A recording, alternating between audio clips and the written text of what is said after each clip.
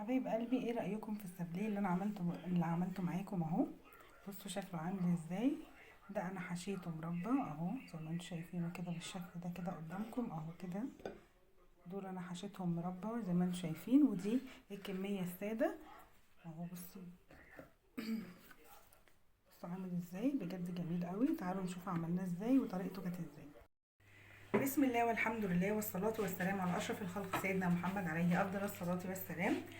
اهلا وسهلا بكم حبايب قلبي مع قناتكم انس لكل ست بيت ولحن وصفاء. السلام عليكم ورحمه الله وبركاته. ازيكم عاملين ايه؟ يا رب دايما دايما تكونوا بخير. تعالوا بقى النهارده هنعمل مع بعض كده حاجه حلوه وبسيطه وسهله، ومكوناتها زي ما انتم شايفين بسيطه جدا جدا، مكونات مش كتير. هنعمل مع بعض السابليه الاقتصادي، او السابليه هو اسمه السابليه الفرنساوي. طريقته كده بسيطه وسهله زي ما انتم شايفينه معانا بالشكل ده. عندي هنا 300 جرام من الدقيق، او كوبايتين كبار اللي انتي بتعايري بيهم. وعندي هنا 200 جرام من الزبدة كوباية، و100 جرام من السكر البودرة نص كوباية، يعني نص كوباية سكر بودرة، كوباية زبدة، كوبايتين دقيق. دي المقادير بتاعتنا، وزي ما قلت لكم لو انتوا عايزينها بالجرامات يبقى 300 جرام دقيق، 200 زبدة، 100 سكر. هنعمل ايه دلوقتي؟ اول حاجه هنعملها واول خطوه هناخد كده هنجيب البوله بتاعتنا كده بالشكل ده زي ما انتم شايفين. بسم الله الرحمن الرحيم. وهنزل الزبده. بسم الله. طبعا الزبده يا جماعه لازم تكون بدرجه حراره الغرفه، يعني بصوا تبقى عامله كده بالشكل ده. تبقي مطلعاها من التلاجة قبلها بشويه كتار طبعا، علشان تبقى بالمنظر اللي انتم شايفينه معانا ده. تاني حاجة بقى هحط السكر البودرة، ولازم يكون مطحون كويس، يعني ما يكونش فيه اي حبيبات خالص. هجيب كده السكر واقول بسم الله، وانزل ب100 جرام سكر بودرة او نص كوباية زي ما قلت لكم. هروح جايبة بقى المضرب كده بالراحة، اهرسهم كده هرسة صغيرة قبل المضرب.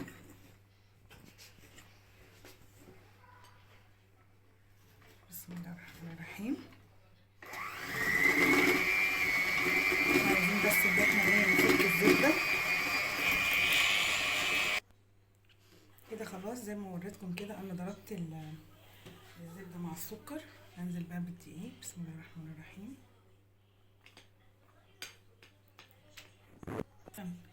استنى اقلع انا كنت فاتحه. اقفلي. طيب كده حطينا الدقيق، ابتدي بقى ان انا ادوب كده الدقيق مع الزبدة والسكر. بسم الله الرحمن الرحيم. كده هنفضل نعمل كده، مش هنعجن بس ايه، هنلم العجينة بتاعتنا. بصوا كده يا حبايب قلبي، طبعا حنين ضربت لي الفيديو خالص، بس انا مش هيأس، هكمل برضو. ان احنا عملنا اول خطوات، اهم خطوات مع بعض. لم بقى العجينه ديت، هي دي اللي حنين فصلتها. انا عملت جزء، حطيت صينيه في الفرن، وادي ودول شويه انا عملتهم برضو كده على جنب زي ما انتم شايفين كده. وهنا بقى العجينه بروح حاطه كده الجزء اللي انا هفرده بالنشابه، ورشه دقيق صغيره زي ما انتم شايفينها كده، تعفير مش اكتر. ولو مش هتحطي على ورق الزبده زي كده، هترشي رشه دقيق على الرخامه او على الترابيزه اللي انت هتعملي عليها وهتفرديها.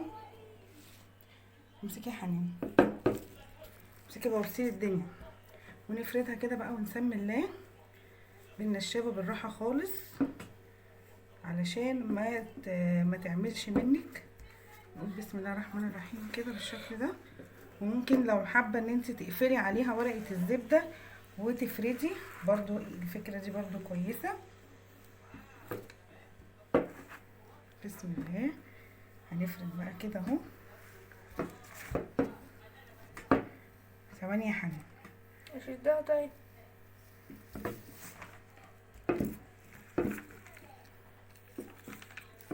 بدأت ان هي تطلع كده، تروحي راجعه تاني.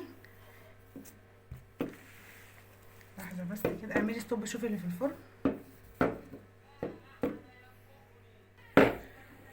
اهو كده هنفردها. خلاص كده فردنا.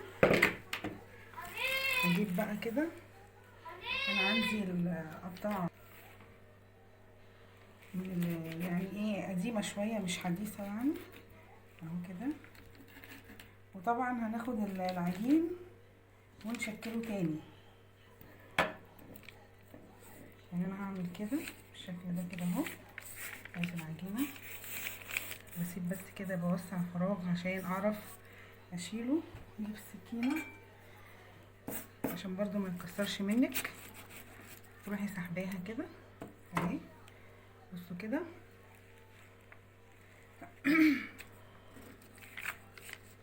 طبعا العجين ده هنلمه ونعمله مرة تانية لحد ما يخلص خالص الكمية اللي معانا اهو. هخلص بقى كده، واول ما اللي في الفرن تستوي ان شاء الله واخرجها هوريها لكم على طول. ودي اول صينية انا لسه مطلعاها من الفرن حالا اهو. بصوا شكله عامل ازاي، التسوية بتاعته جميلة جدا. انا بقى دلوقتي هحط الصينية التانية. طبعا عندي صينية تانية دخلتها في الفرن مع الصينية دي، وفي صينية تانية هحطها دلوقتي. ده شكله، انا حبيت اوريكم اللي طلعت معايا، بس هو سخن قوي اهو. هخلص كل الكميه بتاعتي واوريها لكم تاني اهو. يا حبايب قلبي ادي الستابليه بعد ما طلعناه من الفرن زي ما انتم شايفينه كده، ويا دوبك ان هو برد شويه. عملت الثلاث اشكال، بصوا اهو كده. عملت باللي هو الورده دي، والشكل المدور اللي هو خربش كده زي ما انتم شايفين، ونفس الشكل ده. ورحت عامله لها فتحه كده من النص برضو تدي معانا شكل. طبعا عندك بقى شوكولاته، عندك مربى، عايزه تحطي عليه حاجه يعني التزيين ده بتاعك انتي. انا عندي الولاد بيحبوه كده زي ما هو بياكلوه كده. دي الكميه بتاعتي، بخلاف بقى الحبه اللي هم اتاكلوا في الاول. دي طريقه السابليه، طريقه سهله جدا وبسيطه زي ما قلت لكم على الطريقه السابليه الفرنسي، على الطريقه الفرنسيه. بجد الطريقه سهله قوي، والمقادير زي ما قلت لكم برضو في اول الفيديو. ان شاء الله باذن الله تجربوه ويعجبكم، وتبقى طريقته سهله وطعمه كمان جميل قوي قوي، بجد طعمه تحفه.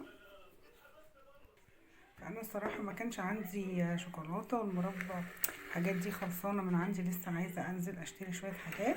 كان عندي شويه صغيرين من المربى، عملت الكام واحده دول زي ما انتم شايفينهم كده اهي. واحده مقفوله من تحت وحطيت عليها المربى، وبعد كده رحت قافلاها باللي هي المفتوحه زي ما انتم شايفين كده. يعني انا جبت دي الاول تمام، حطيت المربى وبعد كده رحت قافلاها كده بالشكل ده. طلعت معايا الشكل زي ما انتم شايفينه كده. دي كانت طريقه السابليه اللي انا عملتها النهارده معاكم. حبيت ان انا اوري لكم الطريقه والمقادير، ومعلش سامحوني لان في جزء من الفيديو اللي هو يعني جزء بسيط برضو مش كبير، وانا بلم العجينه. حنين فصلت الكاميرا وكانت ماسكه الفلاش كده وخلاص بتنور كانه كشاف يعني، فمعلش سامحوني لو لقيتوا الفيديو ناقص حاجه. ودي كده نهايه الفيديو بتاعي، نهايه الفيديو السابليه اهو زي ما انتم شايفينه. عايزه اقول لكم طعمه بجد جميل قوي، انا دقته انا والولاد بجد طعمه رهيب. ودي الكميه بتاعتي اللي عملناها من كوبايتين الدقيق. يا رب يكون الفيديو عجبكم، ولو عجبكم ما تنسوش اللايك والشير وتفعلوا الجرس عشان توصلكم اشعاراتنا الجديده. اشوفكم على خير في فيديو جديد ان شاء الله، والسلام عليكم ورحمه الله وبركاته.